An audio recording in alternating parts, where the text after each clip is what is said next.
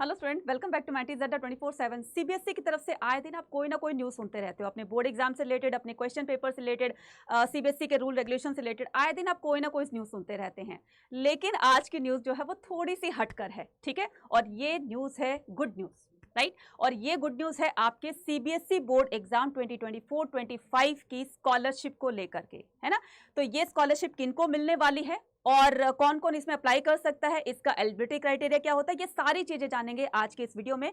तो जानने के लिए वीडियो को लास्ट तक जरूर देखना है और अगर चैनल पर है तो चैनल को सब्सक्राइब जरूर करना है, क्योंकि इस तरह की अपडेट, चाहे वो अपडेट है, न्यूज़ है, कोई भी है, सबसे पहले आपको इसी चैनल पर दी जाती है। इसलिए चैनल को सब्सक्राइब करना मत भूलेगा। जान लेते हैं पूरी की पूरी इन्फॉर्मेशन, ठीक है। आई थिंक आप बहुत ज्यादा एक्साइटेड होंगे इस बात को सुनने के लिए। चलिए, तो यहाँ पर देखिए एक आर्टिकल के थ्रू क्या बताया गया कि CBSE scholarship 2024-25 check the eligibility criteria, है ना। तो एलिजिबिलिटी क्राइटेरिया को चेक करते हुए कौन स्टूडेंट इसके लिए अप्लाई कर सकता है, वो सारी चीजें इसमें बताई हुई हैं। अब यहाँ पर पहली बात जो बताई गई है वो ये है कि कोई सिंगल गर्ल चाइल्ड है, ठीक है। Single girl child student studying CBSE affiliated school who have qualified class 10th with the 60%, जो सिंगल गर्ल चाइल्ड है, ठीक है, अपने माँ बाप की वो एक ही संतान है, सिंगल गर्ल चाइल्ड है, अगर उसने 60% 10th में जो है स्कोर किया है तो वो इस स्कॉलरशिप के लिए अप्लाई कर सकती है। तो मैडम क्या यही है क्लास 12th वालों के लिए क्या है, उनका भी बता देते हैं। Central board of secondary education offers the various scholarship for the student enrol in CBSE schools to provide the financial assistant. तो जो बच्चे थोड़े से गरीब घर से हैं, ठीक है, अपनी ठीक से अपनी स्कूल फीस भी नहीं पे कर पाते हैं, तो उनके लिए सीबीएसई ने कुछ अच्छा सोचा है ना, उनके लिए ये इस तरह का स्टेप उठाया गया है।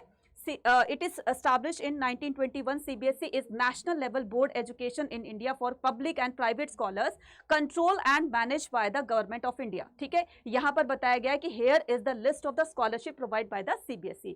अब ये यहाँ पर स्कॉलरशिप की लिस्ट दी हुई है कि किस किस तरह की स्कॉलरशिप दी जा रही है और किन को दी जा रही है ना।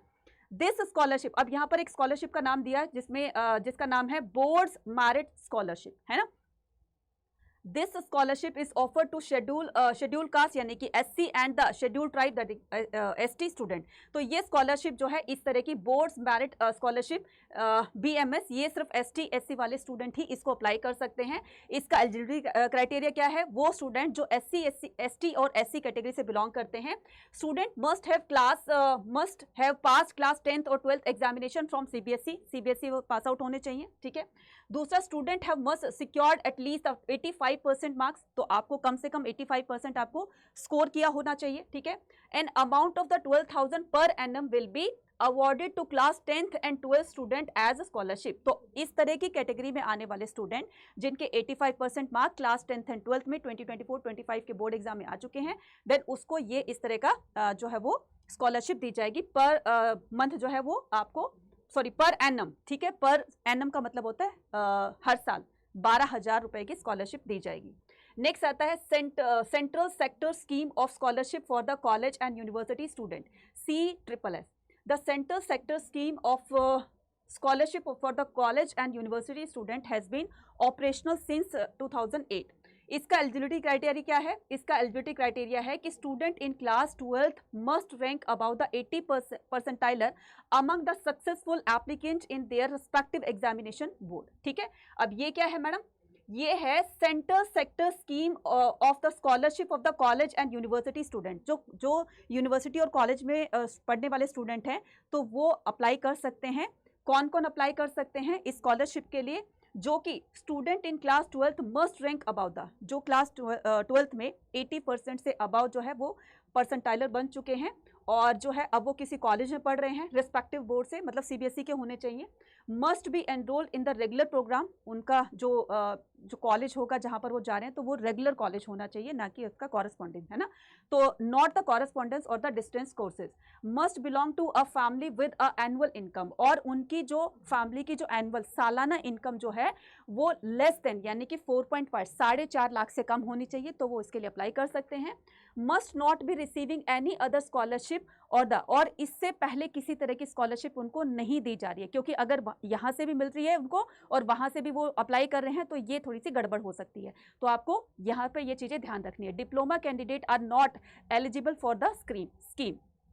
डिप्लोमा कैंडिडेट जो डिप्लोमा कर रहे हैं तो वो ये इस तरह की स्कीम को या इस तरह के स्कॉलरशिप वाले इसको स्कीम को वो नहीं अप्लाई कर सकते हैं ना, डिप्लोमा वाले।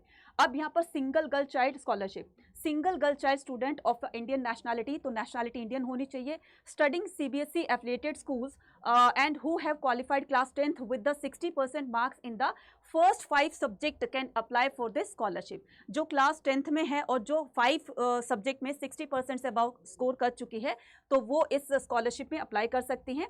तो यहाँ पर देखिए इसका एलिजिबिलिटी क्राइटेरिया क्या है कि the candidate must the pursuing her education in class 11th और 12th इन सीबीएसई एफिलिएटेड स्कूल, और वो आगे फर्दर जो अपनी पढ़ाई करेगी क्लास 11th और 12th में उनको इस स्कॉलरशिप के बिहाफ पर वो अपनी आगे की पढ़ाई को जारी रख सकती है। ठीक है, monthly tuition fees the students should not exceed, तो उनकी जो मंथली फीस है, ठीक है, जो क्लास 10th से पास आउट होकर 11th 12th में जा रही है और उनके जो पिछला रिकॉर्ड देखते हैं उनकी जो ट्यूशन फीस है वो 1500 से ज़्यादा नहीं होनी चाहिए, तो ही वो स्टूडेंट जो है इस तरह की स्कॉलरशिप को पा सकते हैं। ठीक है, तो ये था आज का पूरा। मुझे लगता है कि ये न्यूज़ जो है वो आपके लिए बहुत बहुत बड़ी गुड न्यूज़ आपको मिली होगी। ठीक है, और इसी तरह की गुड न्यूज़ को पाने के लिए चैनल को सब्सक्राइब जरूर कीजिएगा।